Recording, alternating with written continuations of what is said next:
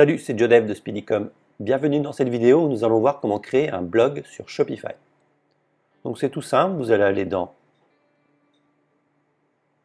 Boutique en ligne et cliquer sur Articles de blog. Par défaut, on arrive sur la liste des articles. Donc là, vous pouvez créer un article et vous allez pouvoir l'associer à un blog.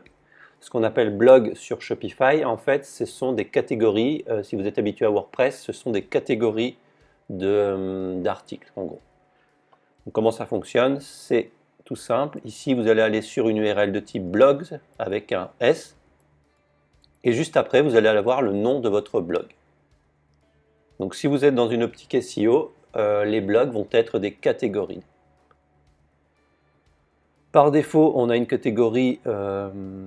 Par défaut, on a un blog automatiquement créé par Shopify qui va s'appeler News ou Information ou Nouveautés, ça dépend, qui va être ici. Si vous voulez créer un autre blog, vous allez cliquer sur Ajouter un blog.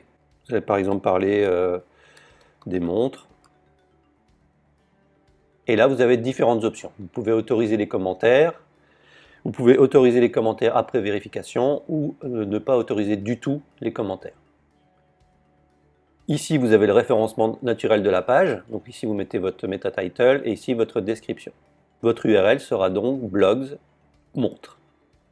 Une fois que le blog est créé, au moment de la création d'un article, moi je vais en prendre un déjà créé, vous allez pouvoir l'assigner ici à la catégorie de blog. Là, j'ai nouveauté, montre tendance et là, j'ai créé mon blog montre. Donc si par exemple, j'associe cet article à montre et que j'enregistre. Si je vais sur l'URL montre ici,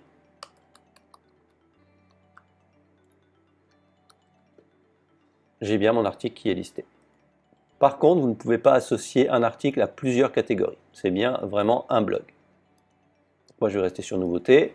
Bien entendu, lorsque vous avez créé votre blog, vous allez pouvoir faire un menu. Par exemple, ici dans le même menu, si vous avez un blog ici, vous allez mettre blog et à l'intérieur, créer un élément, nos montres. On va dans blog, on va chercher montre. On va le mettre dans le blog. Et ensuite, vous allez mettre vos autres catégories. Par exemple, nouveauté. C'est pas vraiment une catégorie de blog, mais si vous faites par exemple des bijoux, vous allez mettre ici votre blog qui parle des bijoux.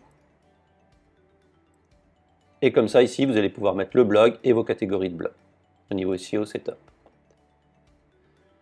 Alors, en ce qui concerne les articles, c'est tout bête, hein, c'est le même principe qu'une fiche produit. Vous allez mettre votre titre ici, votre contenu ici. Vous avez la possibilité de masquer temporairement ou définir une date de visibilité. Vous pouvez dire que l'article va être visible à partir de telle date, à telle heure. Ça peut être pratique si vous avez une optique SEO sur le long terme. Vous créez par exemple tous vos articles, une dizaine d'articles aujourd'hui, et vous allez les publier, vous allez les mettre sur votre site, et vous allez les rendre visibles par exemple toutes les semaines. Comme ça, en fait, Google il aura à manger assez souvent et il aimera ça. Vous avez votre image qui est ici. Ici, vous avez l'auteur.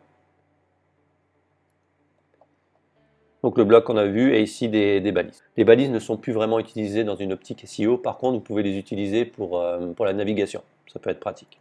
Ici, vous avez l'extrait. C'est un résumé de l'article qui va s'afficher par exemple sur les listes. Lorsque vous allez lister des articles, vous pouvez mettre l'extrait ici. Donc ça, c'est tout nouveau, hein. Ici, vous avez le référencement, donc le title, la métadescription, et ici, vous avez l'URL. Voilà, j'espère que ce tuto vous a plu, et n'oubliez pas de mettre un petit pouce bleu et de vous abonner à la chaîne. À bientôt.